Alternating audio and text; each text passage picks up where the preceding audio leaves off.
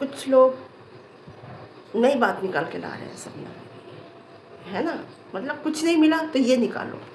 कोई अब परिवार एक होता हुआ दिख रहा है या हजम नहीं हो रही वो खुशी, तो ये बात निकाल के लाओ, है ना? लेकिन एक बात कहूँगी मैं कि यहाँ आके उन्हें बोलना चाहिए।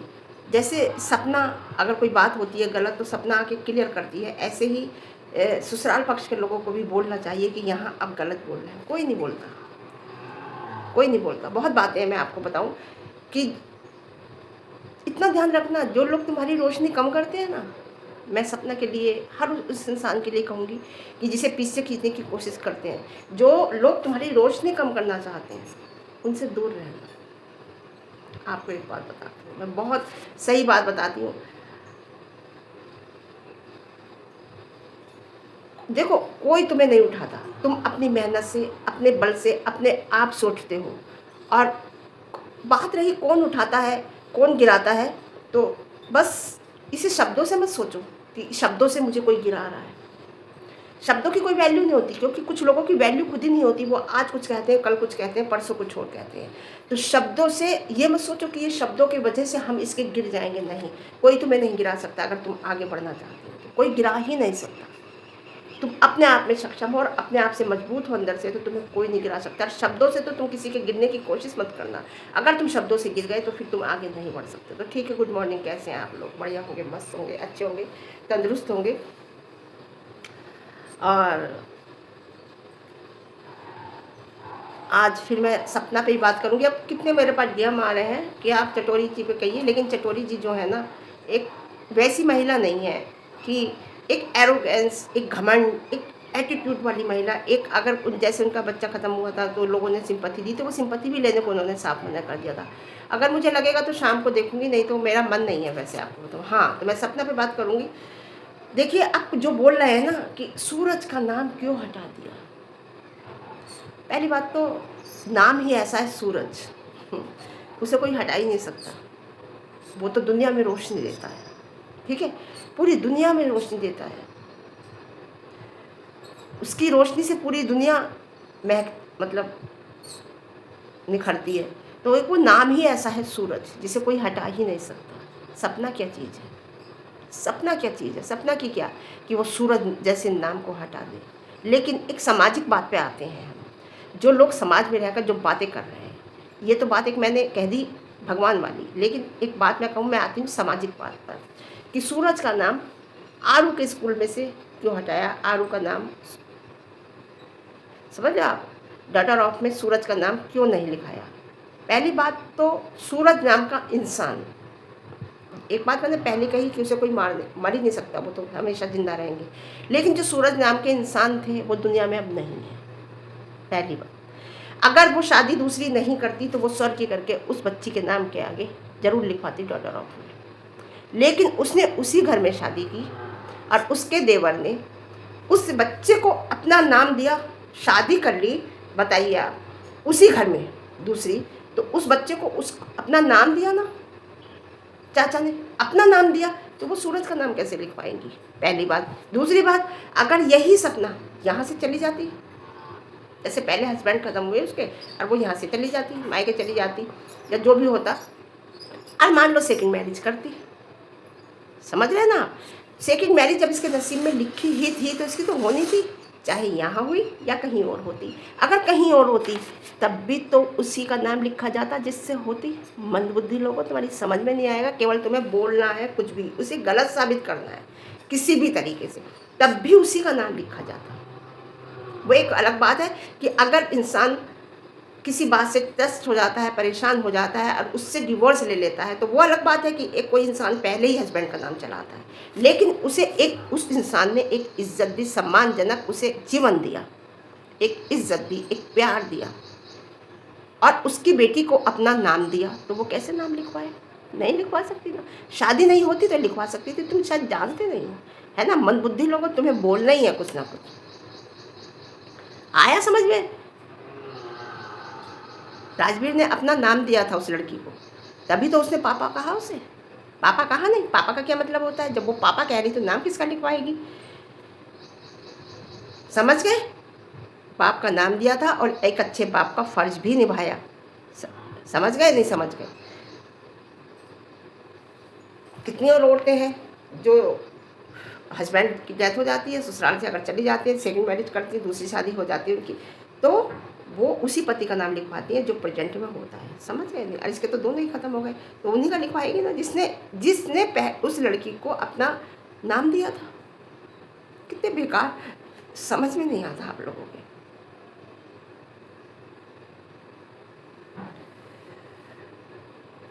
तो एक एडमिशन हुए उसके 1 साल हो गया बच्ची को, बात अब याद आ रही है क्योंकि आग लग रही है दिल में कि अरे! ससुराल में सास ने बुला कैसे लिया फ़ोन करके? अरे! ये नंद के साथ है कैसे? अरे! कुछ ना कुछ निकालो बात, इसे डिफेम करो, इसे डाउन करो, इसके आगे कोई ना कोई बात मिली नहीं तो ये बात निकालो। कैसे? तो आग लग रही है, जल रहे हैं लोग, तो इस वजह से उन्होंने ये टॉपिक लाके सामने रख दिया। 1 साल बाद याद आई, 1 साल एडमिशन हुए में हो गया उसका। तब तक किसी को याद नहीं आई, लेकिन किसी ना किसी बात को बोलना है ना? हाँ, बिना सिर पैर की बात, कोई सिर ना पैर जिसका जिसका कोई मतलब ही नहीं होता। अब आती हूँ मैं एक बार और माफ़ी की बात पे, जो कल एक पॉइंट लाइव में कहा, बहुत अच्छी बात कही, उसे मैं सोशल करना चाहती हूँ। माफ़ी की बात पे जिज्जी ने कहा कि माफ़ी मांगो, मेरे से तो ऑफ कैमरा मांग ली है, अब मम्मी पापा से मांगो। तो मैं मम्मी पापा की तो बात ही नहीं कर रही, उनसे वो 10 बार मांगे, 5 बार मांगे, ना मांगे, वो उसकी हैडक है। मांग भी सकती है उनसे, क्योंकि वो ठीक है, उसने कहा मांग ली है, और आगे क्या पता मांगी हो ऑफ कैमरा या मांगे, है ना? बात करती मैं तुम्हारी, बात कही माफ़ी की। कल भी मैंने ये बात कही थी कि गलतियाँ दोनों तरफ से हुई हैं, माफ़ी दोनों तरफ से होनी चाहिए। बड़ा जो अपने से बड़ा होता है वो माफ़ी मांगता नहीं है, वो भूल के अपना लेता है इंसान को, जिससे उन्हें शिकायत होती है कि इसने हमारे बारे में ऐसा कहा, वैसा कहा। तो वो इंसान बड़ा जो होता है वो भूल के अपना लेता है, वही उसकी माफ़ी होती है। ये ज़रूरी नहीं होता कि वो माफ़ी मांगेगा अपने छोटे से, नो नो नो। वो सब चीज़ें भूल के अगर उसे अपना लेता है, तो वो छोटा जो होता है ना, जो गलत बोलता है बड़े को, तो वो समझ जाता है कि इसने हमें माफ़ कर दिया। अब बात आते हैं जिज्जी पे, छोटी वो कह रही मुझसे मांग, मुझसे तो मांग ली, मुझसे तो मांग ली मम्मी पापा से। तो एक बात सुन जिज्जी, पहले सबसे पहले तो अपने जो तेरे रियल फादर है ना, अपने रियल फादर से माफ़ी मंगवा सकना। अब वो बड़े भले ही हैं, अगर माफ़ी पे बात आती है, अपने रियल फादर से माफ़ी मंगवा, क्योंकि तुमने ये बात कही ना कि तुमने मेरे करैक्टर पे बात उठाई थी। वो इंग्लिश में शब्द जो कहे थे वो सपना समझ नहीं पाई, है ना? इसलिए बात करती तो क्लियर कर। तो जानबूझ के तुमने ये बात कही कि सपना ऐसे ही कह देगी, ऐसे कर देगी तो हो जाएगा, उसने तो फिर भी ऐसे ऐसे करके ऐसे करती रही हो। तूने जो कहा ना मेरे करैक्टर की, तो सबसे पहले अपने रियल फादर से माफ़ी मंगवा, क्योंकि जिस टाइम राजवीर की डेथ हुई थी, तुम्हारे ही रियल फादर ने कहा था कि ये तो भाग जाएगी, ये नहीं रहेगी, ये तो तीसरा कर लेगी, भाग जाएगी। इसके डॉक्यूमेंट्स ला के सारे मुझे दे दे, बैंक की सब जो एब्सेंट वगैरह है उसका, इसकी यूट्यूब का और इसके बैंक के सारे डॉक्यूमेंट्स मुझे ला कर दे दे, ये भाग जाएगी और ये तीसरी शादी। तो इसने सबसे पहले करैक्टर के सबसे पहले शुरुआत, करैक्टर पे उंगली सबसे पहले किसने उठाई? तुम्हारे रियल फादर। किसने उठाई? उन्होंने। तो सबसे पहले माफ़ी तो उन्हें मांगनी चाहिए, सब कुछ भुला के उन्हें आगे बढ़ना चाहिए, है ना? दूसरा, आपको बताऊं, दूसरा, धुरंधर से माफ़ी मंगवाओ। तुम्हारे कजिन भाई धुरंधर से माफ़ी मंगवाओ, उन्होंने भी बहुत कुछ बोला है। तीसरा, पड़ोसी से माफ़ी मंगवाओ, वो तुम्हारे भैया हैं, वो तुम्हारे भैया हैं, उनसे हर बात शेयर होती है, वो तुम्हारे हर घर की बात बाहर निकालता है और उसे डिफेम कराता है आपके घर की बहू को, आपकी भाभी को। जो आपने भाभी कहा मुझसे, अभी तक तो कहती नहीं थी, अब भाभी कहा, बहुत अच्छी बात है। तो पहले उनसे माफ़ी मंगवाओ, क्योंकि अब तो तुमने भाभी कहा ना, तो भाभी का मतलब क्या हुआ? तुम्हारे घर की बहू। तो तुम्हारे घर की बहू को उस पड़ोसी ने इतना डिफेम किया है, नचनिया कहा है, पता नहीं क्या क्या कहा है, वो शब्द मैं नहीं बोलूँगी।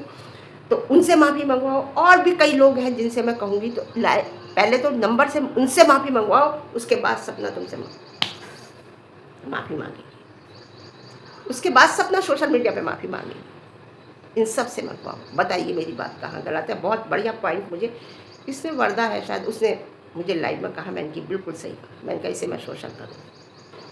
इनसे माफ़ी मंगवाइए। सपना सोशल मीडिया पे घुटनों के बल बैठ के मांग लेगी। मंगवाइए सबसे माफ़ी, मंगवाइए। मंगवा सकती हैं आप? नहीं मंगवा सकती, क्योंकि वो तुम्हारे फादर हैं, वो तुम्हारे भाई हैं, और वो तुम्हारा बहुत नियर और बहुत अच्छा तुम्हारा भैया है। मैं तो पड़ोसी भी नहीं कहूँगी, भैया कहती हो तुम उसे। लोग पड़ोसी, सभी पड़ोसी कहते हैं, है ना? उनसे ही मंगवाओ ना। नहीं मंगवाओगी, उस औरत से मंगवाओगी जिसका इस दुनिया में पति नहीं है, 2 पति चले गए, छोटे-छोटे बच्चे हैं, और वो अपने आप से अपनी मेहनत करके अपनी जीवन यापन अपने बच्चों का कर रही है, एक अच्छी लाइफ दे रही है। उस औरत से सोशल मीडिया पे आप माफ़ी मंगवाओगी, तुम क्या हो समझ जाओ आप। उनसे नहीं मंगवाओगी, वो भी माफ़ी के योग्य हैं, माँगने योग्य हैं, लेकिन इस औरत से मंगवाओगी जो औरत एक मजबूर औरत खड़ी है, एक ऐसे बिना आदमी की ससुराल में उसकी क्या वैल्यू होती, उस लेडी से आप सोशल मीडिया पे माफ़ी मंगवाऊंगी। Shame on you, shame on. समझ गए आप? आपने भी सती सावित्री मत बनो, पोल खोल दूंगी। तुमने भी कहा था, तुमने भी करेक्टर पे उंगली उठाई थी उसकी, करेक्टर पे उंगली तुमने भी उठाई थी जीजी। क्या तुमने माफ़ी मांगी? क्या तुमने मांगी? तुम तो छोटी हो, मांग सकती हो सोशल मीडिया पे, मांगो मांगो। तुमने भी तो कहा था सती सावित्री मत बनो, पोल खोल दूंगी। उधर से सपना कहा था खोल दो, जो कहना है कह दो। आज तक नहीं खोली। तो तुमने भी इनडायरेक्ट वे में उसके करेक्टर पे उंगली उठाई थी, तो तुमने नहीं मांगी, नहीं मांगोगी, क्योंकि तुम इस घर की एक, ऐसे करके कहा था, एक बेटी हो, भतीजी भी हो, हर चीज़ का डबल रोल निभा रही है ना? तो तुम भी नहीं मांगोगी, लेकिन उससे मंगवाओगी। तो समझिए आप बच्चे रानी। और सपना ने तो फिर भी माफ़ी मांग भी ली, फिर भी इतने किसी ने भी आज तक नहीं मांगी, लेकिन सपना ने, यहाँ तक कि तुमने भी सॉरी नहीं बोला भाभी को, लेकिन सपना ने फिर भी आज तक मांग ली है। लेकिन तुम उससे सोशल मीडिया पे मंगवाना चाहती हो, सबके सामने अपने आप को सही साबित कर दे, गलत इंसान को सभी सही साबित करने के लिए उससे माफ़ी मंगवा रही। वाह भाई, क्या बात है। मैं कहूँगी बस करो, इतना मत झुकाओ कि वो फिर से।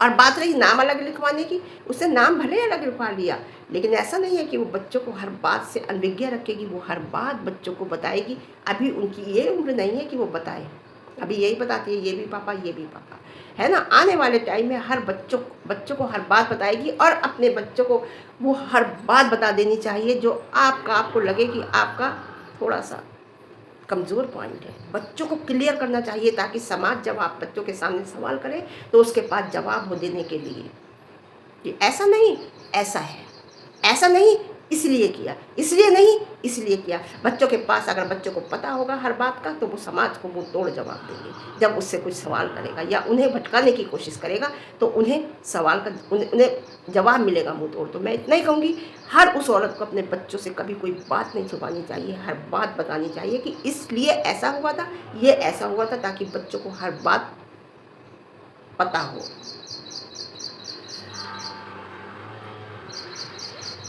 तुम्हारे हिसाब से चला जाएगा, और बच्चों से कोई बात छुपी नहीं होगी, इतना देख लेना।